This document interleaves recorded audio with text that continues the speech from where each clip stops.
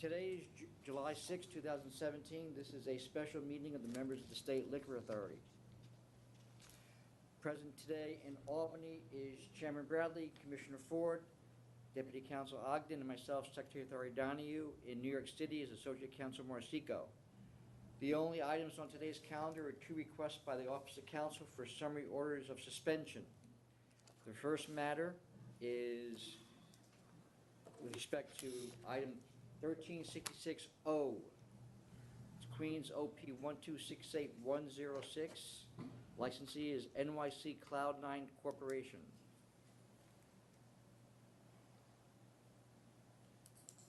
Counsel's office. Hello, good morning. Good morning. Morning. Good morning, Chairman Bradley and Commissioner Ford. My name is Meredith Kaufer, and I'm an attorney with Counsel's office. This matter is submitted to the members of the New York State Liquor Authority for consideration of an emergency summary order of suspension pursuant to Section 401, Subdivision 3 of the State Administrative Procedure Act. Counsel's office is making this recommendation in light of new information provided by the New York City Police Department and the New York State Liquor Authority Enforcement Bureau. This establishment was the subject of a previous summary suspension that was presented before this board on November 8th, 2016.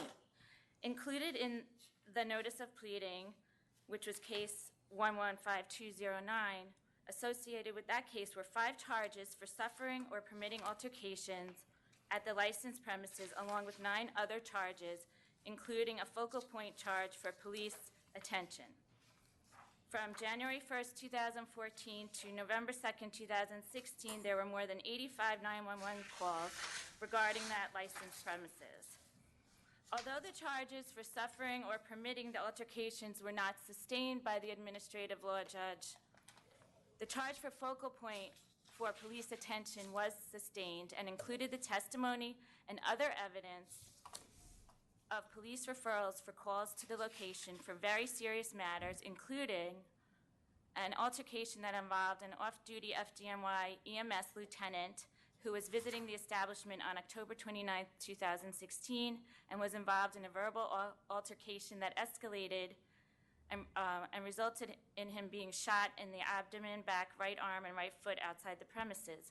Another patron reported that on April 4th, 2016, he was brutally attacked by 4 security guards who punched him repeatedly about the face, causing him to lose vision in his left eye.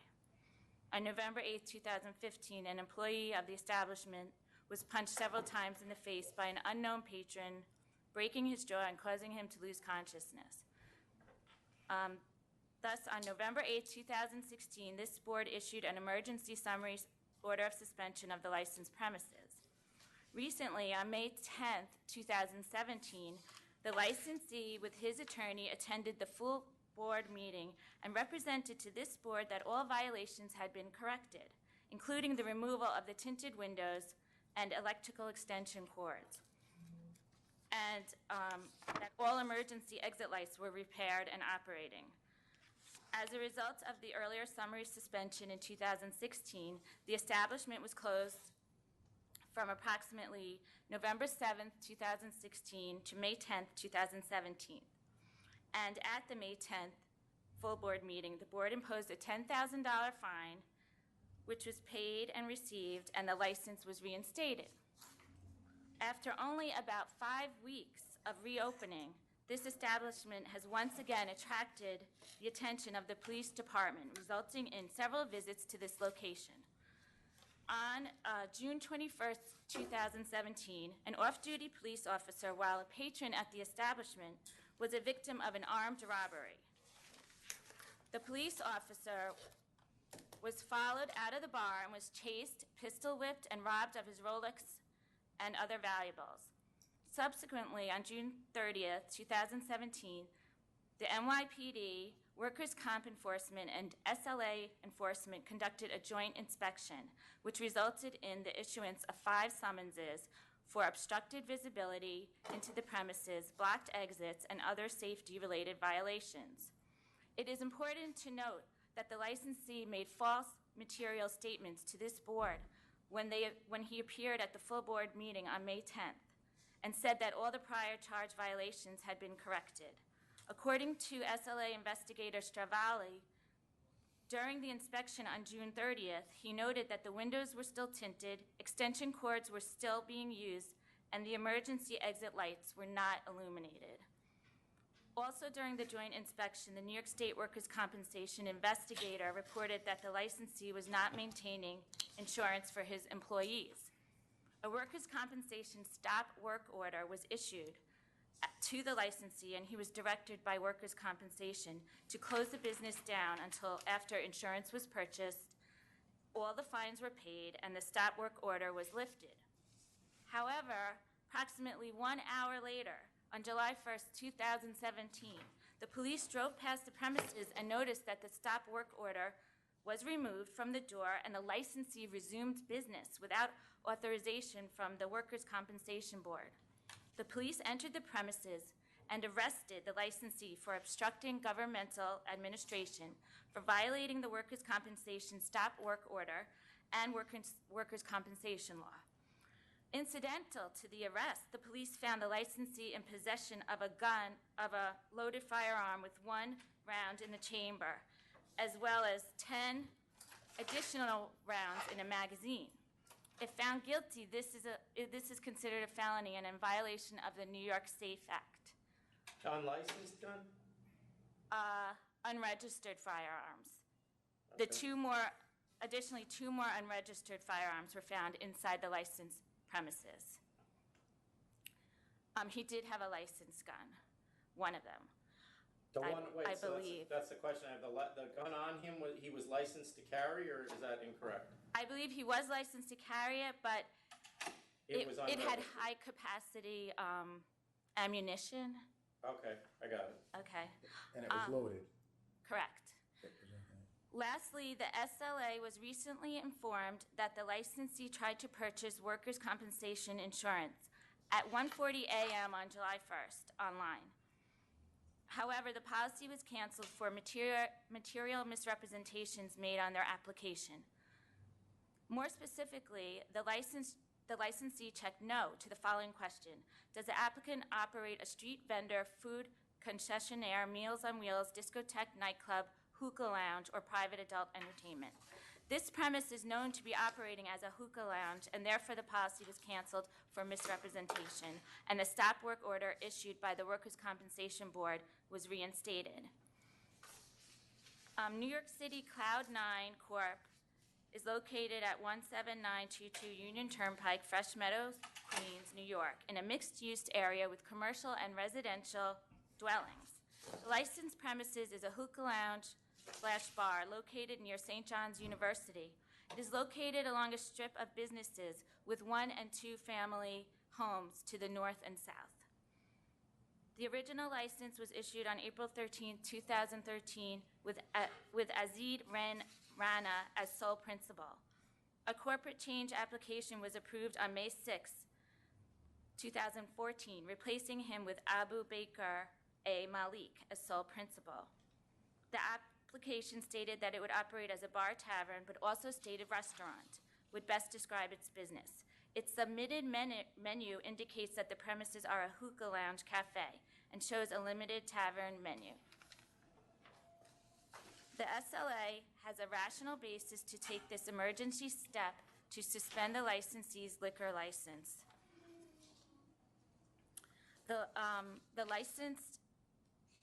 In conclusion, the licensed establishment continues to burden the New York City Police Department's resources and manpower. New York City Cloud9 continues to attract the attention of the police and puts a drain on police resources. It has a history of violence and was the subject of a previous emergency suspension proceeding for gun violence late last year, which resulted in the closing of the premises for approximately 6 months. The fact that the licensee removed the stop work order and resumed business unlawfully shows a lack of respect for the law, and that the licensee lacks the character and fitness to hold a liquor license. Furthermore, the continued licensing of this establishment is a threat to the health, safety, and welfare of the people of the state of New York. The pleadings and narrative reports provide a sound basis for this action. Clearly, these circumstances provide a rational basis for the authority taking emergency action. It is recommended that the license immediately be summarily suspended pursuant to SAPA 4013. Thank you. Thank you. Do you know how many times the police have been there since we reopened it, other than the ones you've already mentioned? Are there any others? 4 times since May 10th.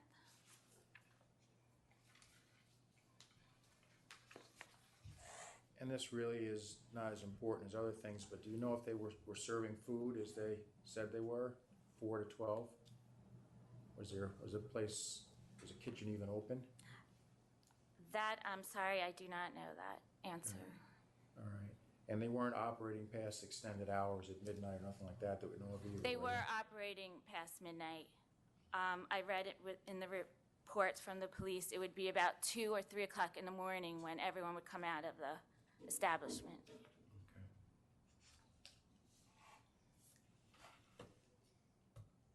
Okay. Are you prepared to vote? Yes. I think in light of the fact that they were previously suspended, we allowed them to reopen after paying a fine, and that they still seem to operate in a method that is a danger to the community around them. They're surrounded by homes, having illegal weapons, so forth and so on. So I'm going to vote for the summary order of suspension.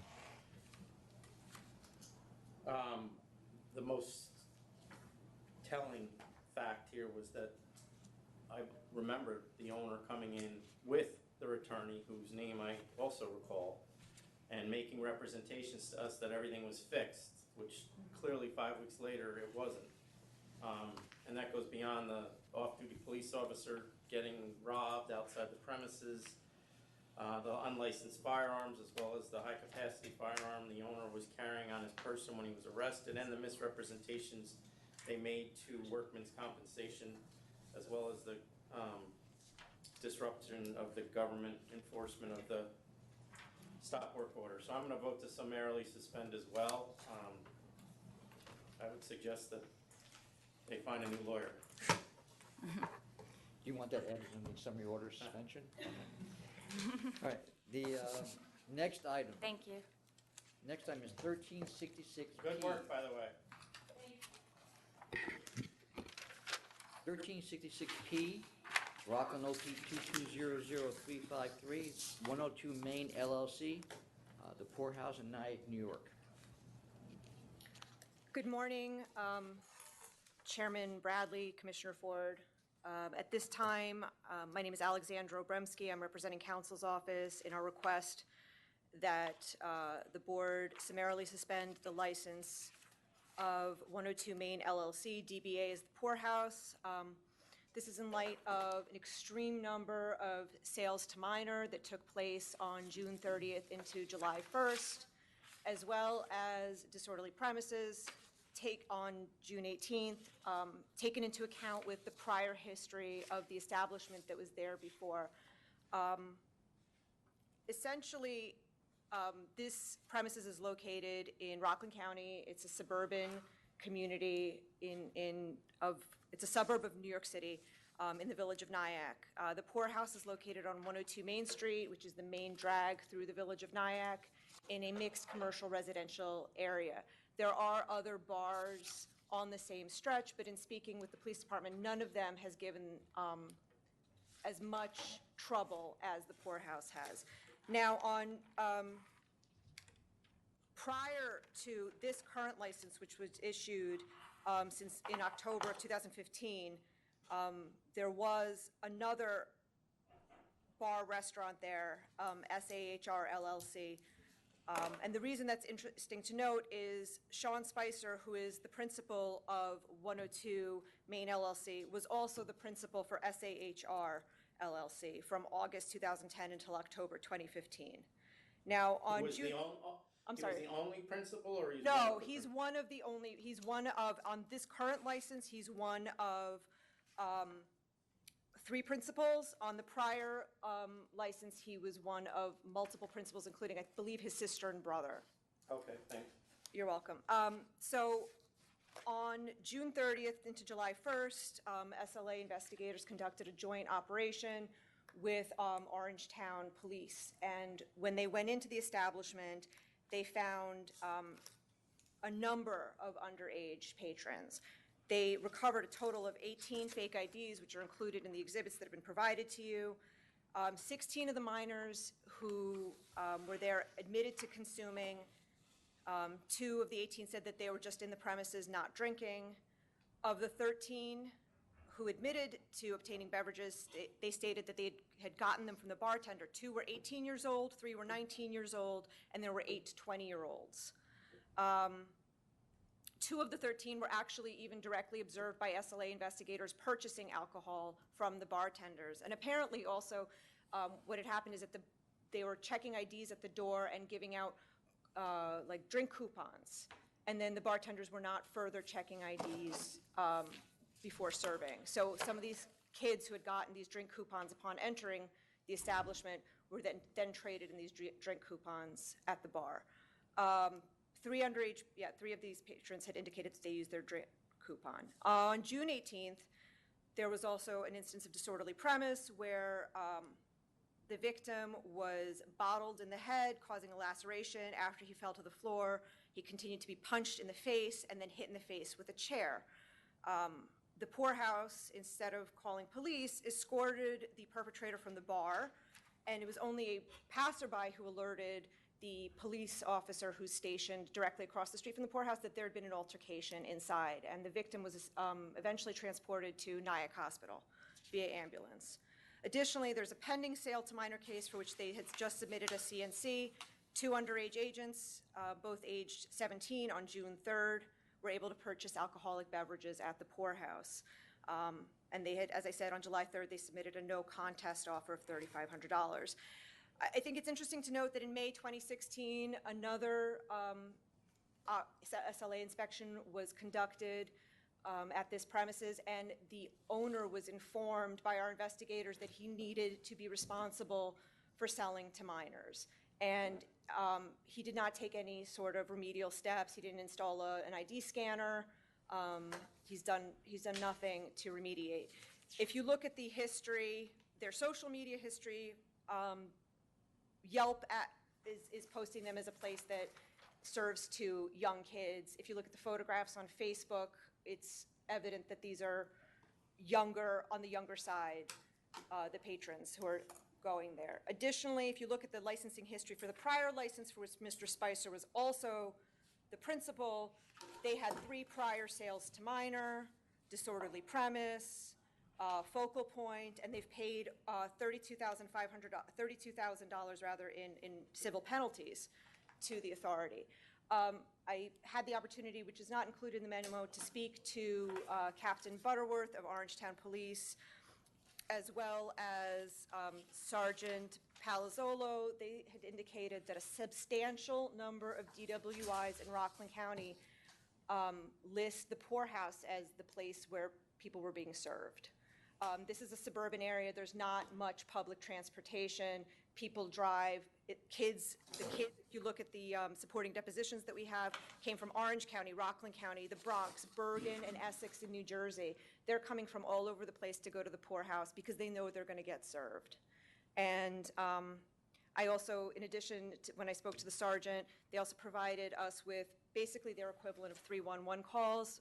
Since the new license took effect in October, there have been 15 community policing calls, 20 calls for assaults, disorderly conduct, or fights, multiple other calls for violations of village ordinances, larcenies, or suspicious incidents. In light of this new information, Counsel's office is going to amend the notice of pleading that was included with this memo to include focal point. The police have informed us that they have a mounted police officer stationed directly across the street from the poorhouse because there's such an issue with over-serving, with fights breaking out when people are let out, with underage drinkers. And finally— On a horse? Yeah. You said mounted? Mounted patrol, that's correct, because it's such an issue.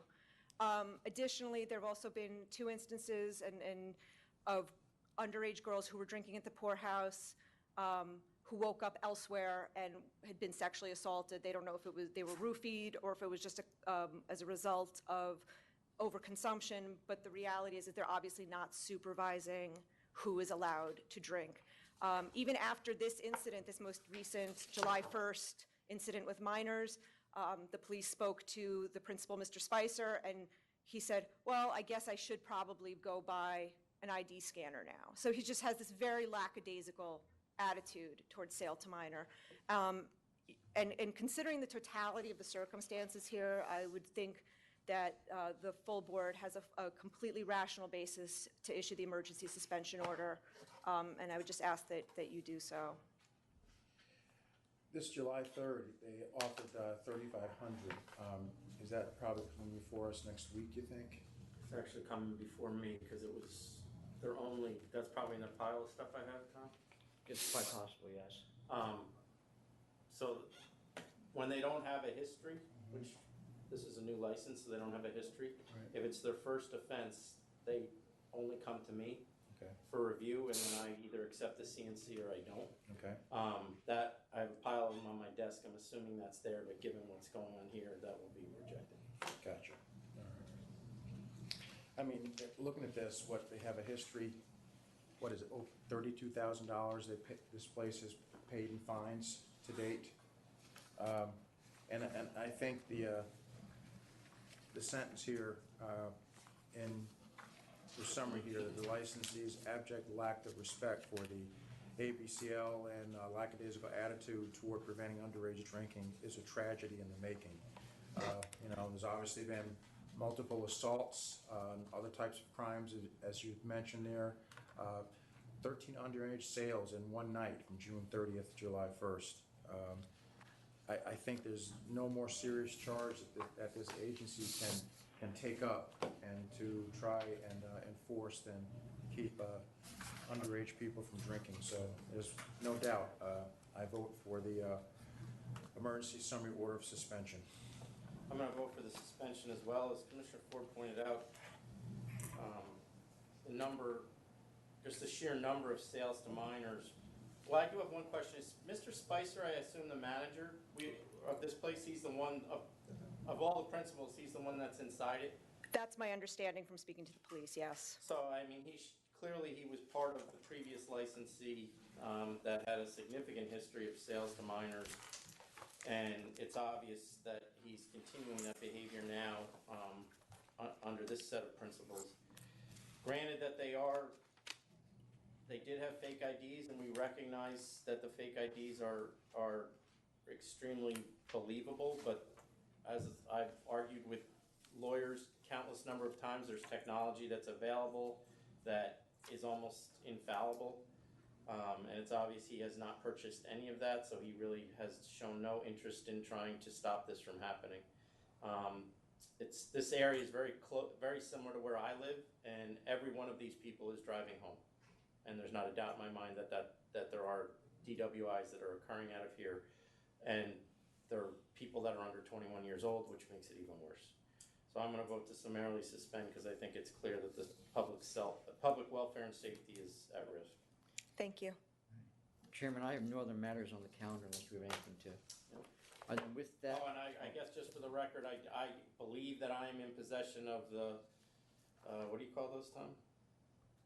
The other sales to minor that are involved? The other non-calendar item? Non-calendar item regarding You- this, I mean, and you- that's gonna be rejected. Well, you can go ahead and act on that No, I'm and gonna accept the reject it. penalty because it won't affect this. You updated an agenda on 7/5 for Yeah, that. so it's in your pile, yes. Yeah, okay, so that will be rejected, and that, make sure that case runs parallel to this. Yes. Oh, that's it. All right, with that, the meeting is concluded.